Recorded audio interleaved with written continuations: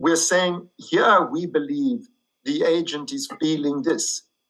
That's how it's doing what it's doing. Here we believe the agent is feeling that, and in relation to thinking this. In other words, as the numbers are showing what's happening to the precision weighting in relation to the currently active policy, across the 3 different need states and so on. If it had a feeling, at this point, it would feel like this, to be that agent.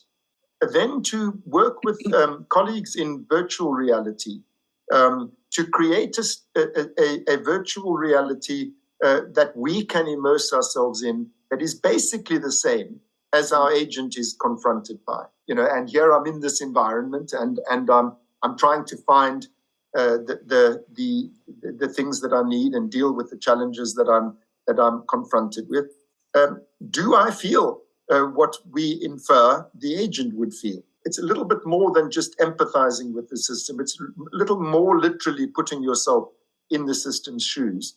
It's a very concrete idea, but I think something along those lines might be a way to go. And what you describe is very much like a video game type of environment. And there's loads of available data out there, data I think that could be collected about how people who immerse themselves in video games feel about what they're doing and interacting with virtual environments that have those kinds of requirements for resources, for repair, etc. I don't know of any literature in this regard, but I expect that it would be data that would be fairly easy to acquire, even with things like physiological monitoring or EEG or things like that.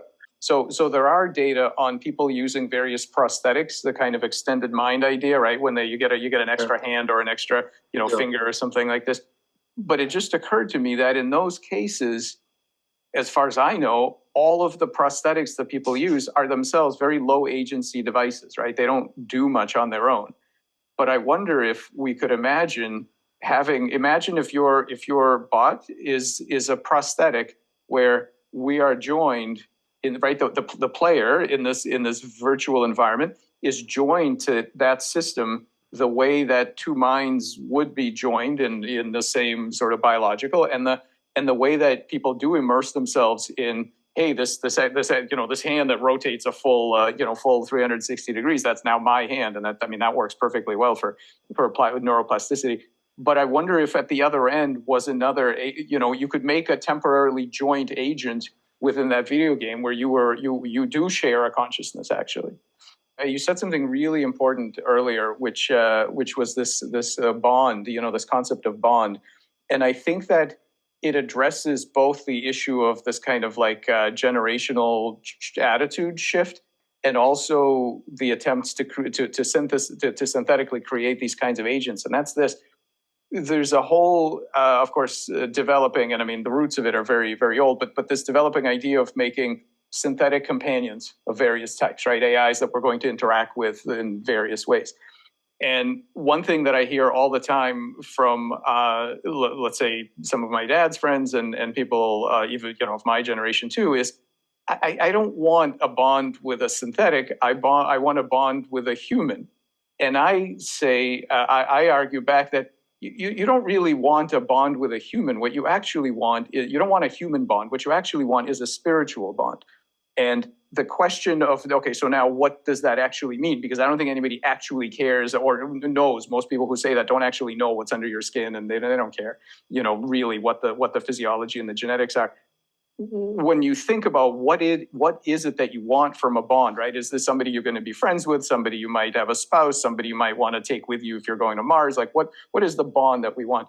There's 2 things that come to my mind, and I'd love to hear what you guys think about this. One is that you need to have a shared existential struggle, specifically that all the questions of where do I end and the world begins, how do I know what I am, where I am, like all of these things at the basic. So I think all 3 of us have spent a lot of time thinking about what happens at the very beginning when you have this undifferentiated medium, whether it be cells or neurons or whatever it's going to be, And out of this massive multiplicity comes some sort of one semi-unified agent that considers themselves a single thing and separate from everybody. So what are the dynamics that lead up to this? Because it's not obvious. You don't upfront know what you are, what kind of effectors you have, what kind of senses you have, what is your environment versus where do you stop? Like we don't know any of that up front. We have to develop models of it. And so I feel like what we're really looking for is something that has been through that authentic process, not something like a modern robot or AI where everything is, your energy needs are met. We know here's what you are, everything is sort of given to you. You've not had that issue.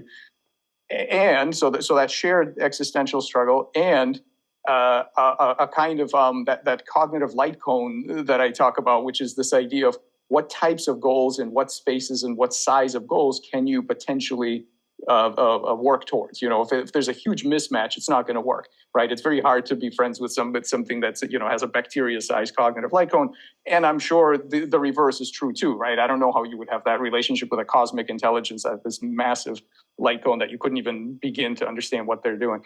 So that kind of impedance match, right, between the goal setting and that that struggle that comes from emerging as an individual in the first place. I think that's what should, and so all that goes to say, I think the young people in the future who are going to be surrounded with the kind of agents that you're talking about, Mark, and various other things, that's in the end going to be the criterion. It's not going to be the origin story of where you came from or what's inside of you or any of that stuff. It's going to be these kind of, what can I count on you to do? What kind of struggle have you been through? What are your goals? And then after that, it kind of doesn't matter what your provenance is or what you're made of. Then we can, then you're real as far as I'm concerned.